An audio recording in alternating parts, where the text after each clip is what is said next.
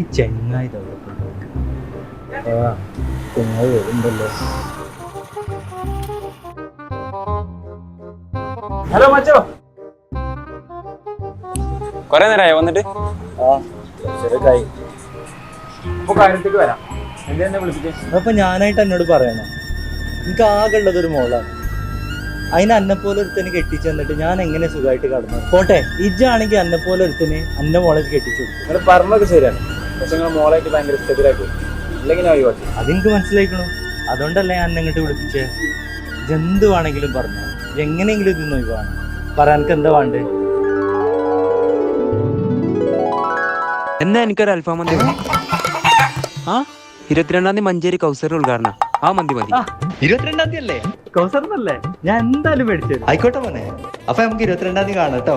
അപ്പൊ ഓക്കെ, എല്ലാം ശരി. ഓ കഴിച്ചിലായി. മൈൻഡ്